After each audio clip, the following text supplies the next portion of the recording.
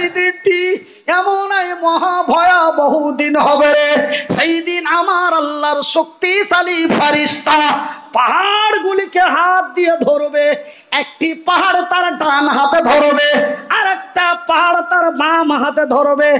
এমন করে পাহাড়গুলির ভিতরে হাত ভরবে, আর শূন্য ভরে পাহাড়গুলিকে তুলে ঠাস করে মাটির মধ্যে মেরে দেবে।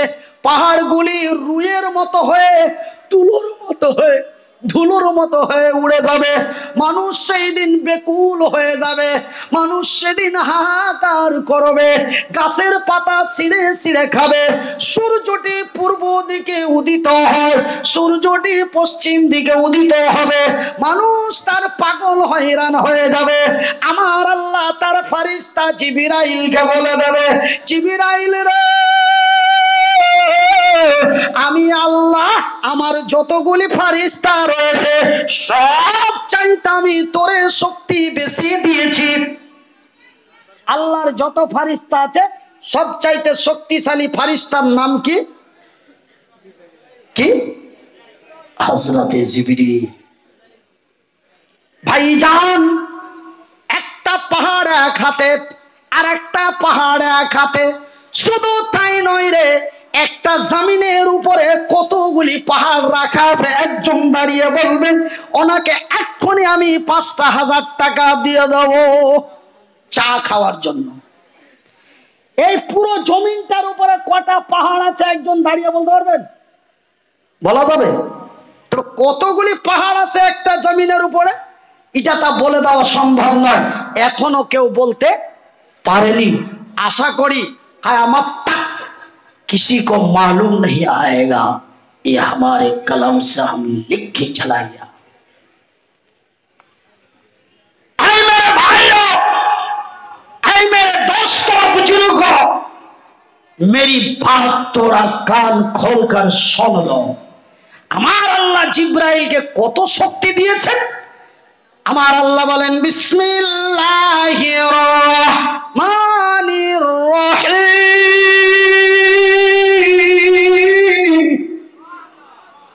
ইযা সুলসিলাতিল আরযু জিলজালাহা ওয়া আখরাজাতিল আরযু আসকালাহা ওয়া ক্বালাল ইনসানু মা লাহা। সেই দিন আমার আল্লাহর অর্ডার হয়ে যাবে। আমার আল্লাহর অর্ডার মোতাবেক জিবরাইল এই জমিনটাকে এমন এক ঝটকা দেবে, ইযা যুলজিলাতিল আরযু জিলজালাহা, যখনই জমিনটাকে ধাক্কা দেবে জমিনটা তার এমনি টালমাটাল করতে লাগবে। আজকে হিন্দু মুসলমানকে কারা লড়াচ্ছে তার নাম বলে দিচ্ছি আমি এক্ষুনি। আমার আগে যে আজিজুর হুজুর না কি নাম বলছিলেন যেন, হাওড়া বাড়ি, আরিফুল ইসলাম, উনি বলছিলেন যে মধ্যস্থলে একটা লোক আছে। মধ্যস্থলে কোনটা আছে আমি এখন আপনাদের বলে দেব। তো আমি 2018 সালে গেছিলাম বাংলাদেশ। আমি প্রথম বাংলাদেশ দর্শন করেছি 2015 সালে। 15 সাল থেকে বাংলাদেশ যাচ্ছি, লকডাউনের কারণে 20 and 21 যেতে পারিনি। আবার 22-এ যাচ্ছি, প্রথম দর্শন করব 2022 সালের 22শে নভেম্বর। আমাকে বাংলাদেশ সরকার 1 বছরের ভিসা দিয়ে দিয়েছে, বলি আলহামদুলিল্লাহ। শুধু আপনাদেরই দোয়া বাবা, আর কিছু না। আমার ভাইয়েরা, আমার আব্বাজান সোনার চানেরা, আমার শিক্ষিত বুদ্ধিজীবীগণ, আমি মনিরউদ্দিন, আমার ডানে বামে সামনে পিছনে আমার চাইতে অনেকেই শিক্ষিত ব্যক্তিগণ বসে আছেন, কিন্তু আমাকে বলার জন্য ডেকেছেন, তার জন্যই বলছি। বলার মধ্যে যদি কোনো ত্রুটি পান, আপনাদের বিনীত অনুরোধ আমার কাছ থেকে মাইকটা সরিয়ে নেবেন। কেন আমি ভুল ভাল বলবো সব মেনে নেবেন? কখনো না। আমার ভাইরা, আমার আব্বা জানেরা, তবে 2018 সালে আমি গেলাম বাংলাদেশ। তো আমি যশোর থেকে যাব ঢাকা। যশোর থেকে কোথায় যাব? ঢাকা। এবার ভাইজান যশোর থেকে ঢাকা যাব, যেতে যেতে যেতে যেতে একটা নদী পথ পড়ে গেল সামনে। কি পথ পড়লো? নদী পথ। সেটা হচ্ছে কোন নদী? আপনার বঙ্গোপসাগরের শাখা, আমাদের পশ্চিমবঙ্গের বঙ্গোপসাগরের শাখা, সেটা হচ্ছে আপনার যমুনা সেতু এমন বলছে। তো সেই যশোর থেকে যাব ঢাকা, তার মধ্যে একটা পানি পথ পেয়ে গেলাম। ওখানে এক লঞ্চের উপরে গাড়ি সহ চাপিয়ে দেওয়া হলো। লঞ্চটা যখন মিডিল পয়েন্টে গেছে, ইজাজুল জিলাতিল আরজু জিলজালাহা, যখন জমিনকে ধাক্কা দিল, জমিনটা তার এমনি টালমাটাল করতে লাগলো। ভাইজান, ঠিক ওই লঞ্চটা যখন নদীর মিডিল পয়েন্টে গেছে, ঠিক এমনি টালমাটাল করতে লেগেছে। উত্তর পূর্ব দিক থেকে বিশাল ঝোড়ো হাওয়া, তার সঙ্গে শুধু এমনই এমনই করে। মানুষ তখন বেকুল হয়ে গেছে। ওয়াকালাল ইনসানু মা লাহা। ঠিক এমনই হবে সেই দিন নদীর তীরে আমি মনিরউদ্দিন যে অবস্থায় পড়েছিলাম, এই দিনটা এমনই হবে ভাইজান। ঠিক যখনই এইভাবে টালমাটাল করতে লেগেছে, কিছু লোকেরা দেখি সেই নৌকার ভিতরে চেঁচামেচি, কেউ বলে আল্লাহ বাঁচাও, কেউ বলে মা বাঁচাও, কেউ বলে বাবা গো বাঁচাও, কেউ আমার বলে ও গো, এ আবার কে গো? আমি বুঝতে পারলাম ওটা আল্লাহ ভক্ত, বুঝতে পারলাম এটা বাবা ভক্ত, বুঝতে পারলাম এটা মা ভক্ত। ও গো, এটা কোন ভক্ত? এটা কোন ভক্ত? আমি টেনশনে পড়ে গেলাম। আমি ভাবলাম এটা নাস্তিক। এটা কোন? এই মধ্যস্থলের কিছু নাস্তিক। এমনই এসেছি, এমনই খাবো, এমনই মরবো, মরে গেলাম, পচে গেলাম, সরে গেলাম, হাড্ডিগুলি মাটির সাথে মিশিয়ে গেল, খেলা শেষ নাকি? ওরাই এই কাজগুলো করছে, ওরাই এই কাজগুলো করছে। আমার ভাই, আমার বন্ধুরা, যখনই জমিনটাকে তারা ঝাটকা দেবে, জমিনটা এমন টালমাটাল করতে লাগবে। যখনই জমিনটা তারা টালমাটাল করতে লাগবে, ওয়াকালাল ইনসানু মা লাহা, এই জমিনের মানুষেরা পাগল হয়ে যাবে। কলা মানে কাহা, ইনসান মানে মানুষ। ওয়াকালাল ইনসানু মা লাহা, এই জমিনের মানুষেরা পাগল হয়ে যাবে। সেটা হিন্দু, জৈন, খ্রিস্টান বলে কথা নয়, সারা পৃথিবীর মানুষ পাগল হয়ে যাবে। একজন আর একজনকে বলবে ওয়াকালাল, কলা মানে কাহা, একজন আর একজনকে বলবে এই জমিনের কি হলো, এই বিশ্বের কি হলো, আর কি হলো। মানুষ পাগল হয়ে যাবে, দিশা হুঁশ হারিয়ে দেবে। ভাই গো, আমার নবী, আল্লাহর নবী, দয়ার নবী, বিশ্বের নবী, নবী মুহাম্মদুর রাসূলুল্লাহ, বলুন সাল্লাল্লাহু আলাইহি ওয়াসাল্লাম। আল্লাহর নবী, দয়ার নবী, বিশ্বের নবী বললেন, রে আমার সৈনিকেরা, আমার সাহাবী গণেরা, রে আমার উম্মত উম্মতিরা, রে আল্লাহর বান্দা বান্দীরা, সেই দিনটি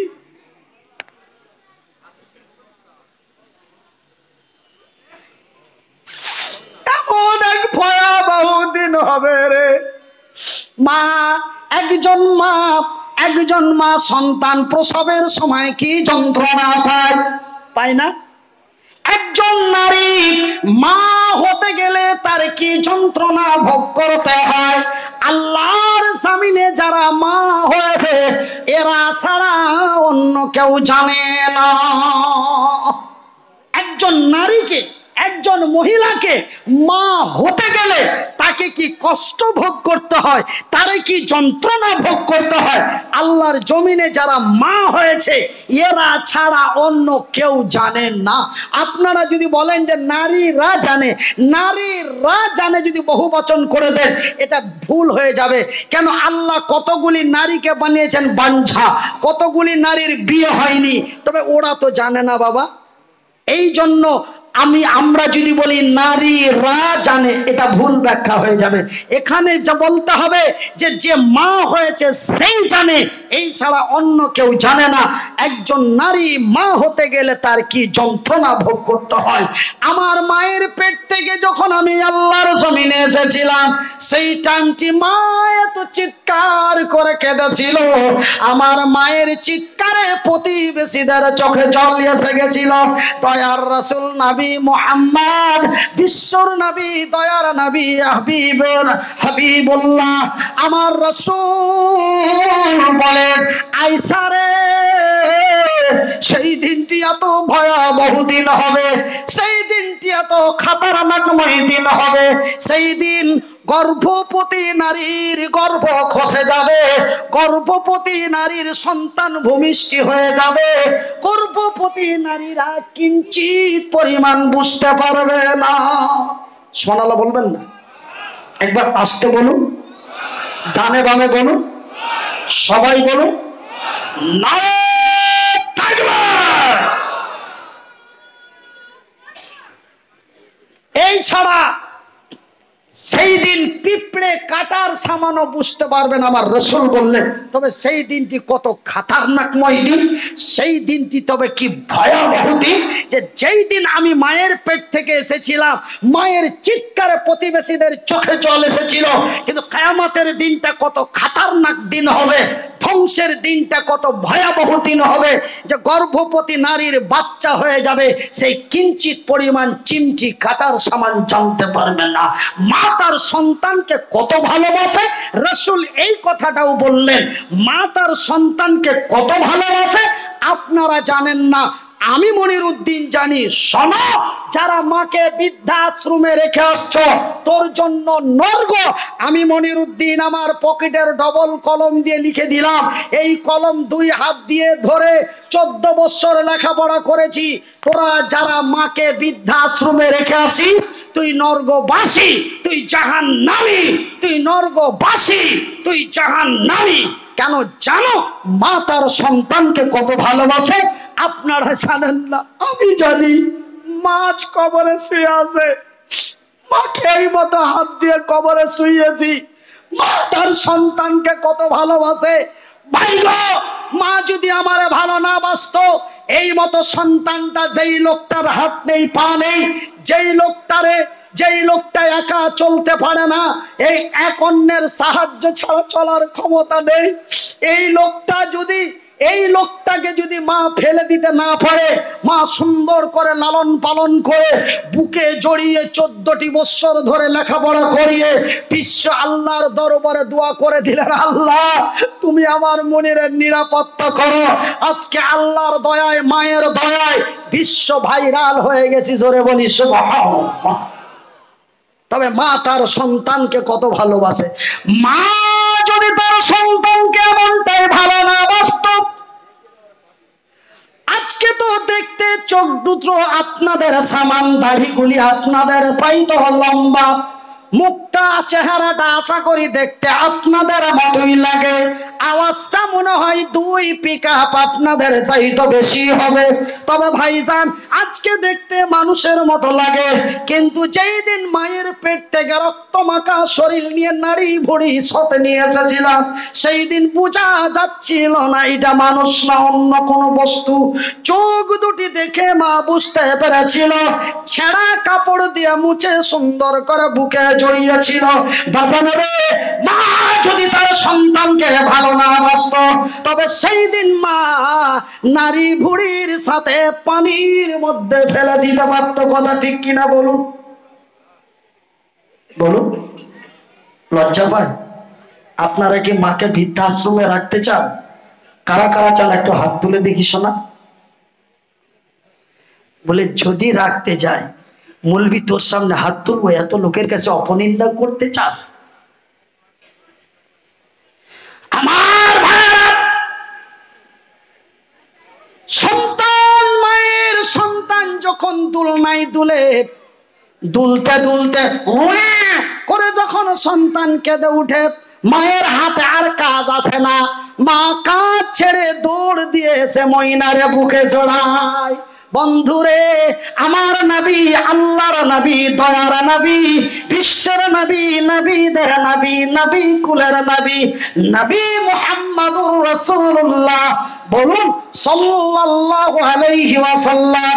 আল্লাহর নবী, দয়ার নবী, বিশ্বের নবী বললেন, সেই দিনটি এত ভয়াবহ দিন হবে রে, সেই দিন মায়ের কোল থেকে সন্তান ছুটে পড়ে যাবে, মা পিঁপড়ে কাটার সামান বুঝতে পারবে না, মা জানতে পারবে না আমার কোলের মানিক কোথায়।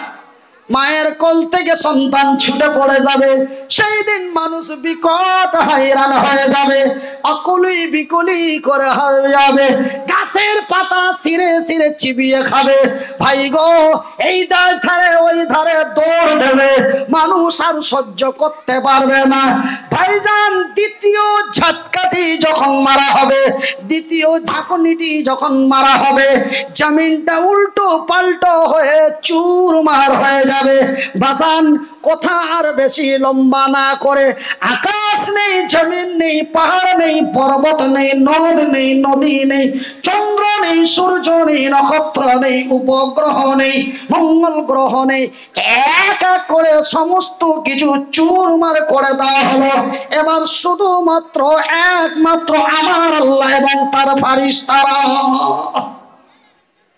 আল্লাহ এবং তার ফারিস্তারা, এই ছাড়া আর কিছুই নাই। আমার আল্লাহ রাব্বুল আলামিন তার ফারিস্তাদের ডেকে বলেন, রে আমার ফারিস্তারা, রে আমার ফারিস্তারা, একবার চতুর্দিকে চেয়ে দেখো তো, একবার চতুর্দিকে চেয়ে দেখো তো, ভেঙে দেওয়ার মতো কিছু আছে নাকি?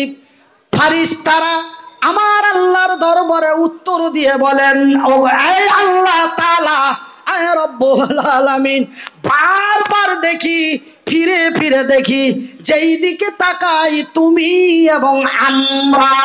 আমার আল্লাহ বলেন, আজরাইল রে, আমি আল্লাহ এদেরও রাখবো না, আমি আল্লাহ এদেরকেও মেরে দেব, আমি আল্লাহ এদেরকেও শেষ করে দেব। যখন আমার আল্লাহর অর্ডার হয়ে যাবে, আমার আল্লাহর অর্ডার মোতাবিক, আমার আল্লাহর অর্ডার মোতাবিক তাদেরকেও মেরে দেওয়া হবে। আমার এইবার শুধুমাত্র আমার আল্লাহ এবং তার জিবরিল আজরাইল, এই দুইটি ফারিস্তাই, আজরাইল এবং আমার আল্লাহ ছাড়া, আজরাইল এবং আমার আল্লাহ ছাড়া আর কেউ নাই। আজরাইল এবং আমার আল্লাহ ছাড়া আর কেউ নাই। এইবার আমার আল্লাহ বলেন, এইবার আমার আল্লাহ বলেন, আজরাইল রে, একবার তোমার নজর দিয়ে দেখো তো। আজরাইল বলে, আল্লাহ, ডানে দেখি, বামে দেখি, সামনে দেখি, পিছনে দেখি, যেই দিকেই দেখি তুমি আর আমি, তুমি আর আমি। আল্লাহ, তোমার আকাশের নিচে জমিনের উপরে তুমি আর আমি সারা একটি পিপিলিকার বাচ্চাও নজরে আসে না। আমার আল্লাহ বলেন, আজরাইল রে, আমার ওয়াদা, আমি বলি যাহা করি তাহা, আজরাইল রে, আমি আল্লাহ তোরেও মেরে দেব, তোরেও থাকতে দেব না, মরে যা। এই শব্দটি আল্লাহ 3 বার ব্যবহার করবে। কবার? মরে যা। যখন এই শব্দটি ব্যবহার করা হবে, আজরাইল তার নিজের কলিজার ভিতরে হাত ভরে নিজের আত্মা নিজে বার করে আমার আল্লাহর দরবারে জমা দিয়ে দিবে। আর কিছুই নেই, আর কেউ নেই। আমার আল্লাহ তার আরশে আজিমে বসে হুঙ্কার দিয়ে বলবে, এই দুনিয়া। কি দিয়ে বলবে? কি দিয়ে বলবে বাবা? হুঙ্কার দিয়ে বলবে, এই দুনিয়া আইনা সাজা, এই দুনিয়া আইনা সাজারো ফিপ, এই দুনিয়া আইনা সাজারো ফিপ। হে পৃথিবী জবাব দে, হে পৃথিবী জবাব দে। তোর উপরে যেই সুন্দর সাজানো গাছগুলি ছিল, সেই গাছগুলি কোথায়? এই দুনিয়া আইনা জীবালো ফি, রে পৃথিবী জবাব দে, তোর উপরে যে উঁচু উঁচু পাহাড়গুলি ছিল, সেই পাহাড়গুলি আজকে কোথায়? দুনিয়া সেই দিন জবাব দিতে পারবে না।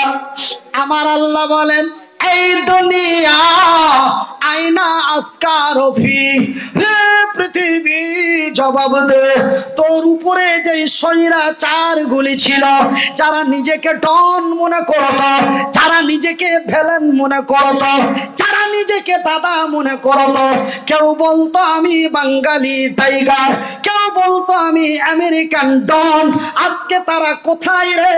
এই পৃথিবী জবাব দে। সেই দিন পৃথিবী লাজবাব হয়ে যাবে, আমার আল্লাহর দরবারে তার প্রশ্নের উত্তর দিতে পারবে না। ক্ষমতা কার? আচ্ছা আলহামদুলিল্লাহ, তো আমি যেটা চাইছিলাম সেটা হয়ে গেছে। তো ভাইজান, এইভাবে আলোচনা করতে করতে এই বিষয়ের উপরে আলোচনা করতে গেলে আমি যতটুকু শিক্ষা অর্জন করেছি, সেই শিক্ষা অর্জন মোতাবিক আরো 8.5 ঘন্টা বলতে পারবো। এই বিষয়টার উপরেই আরো 8.5 ঘন্টা বলা যাবে। বলতে বলতে 4.5 মাস লাগবে, কিন্তু আমি 8 ঘন্টা পর্যন্ত বলতে পারবো। তার মধ্যে 1.5 ঘন্টার মতো বললাম, আরো 8 ঘন্টা বলা যাবে এই বিষয়টার উপরে। একটা বিষয়ের উপরে মাসের পর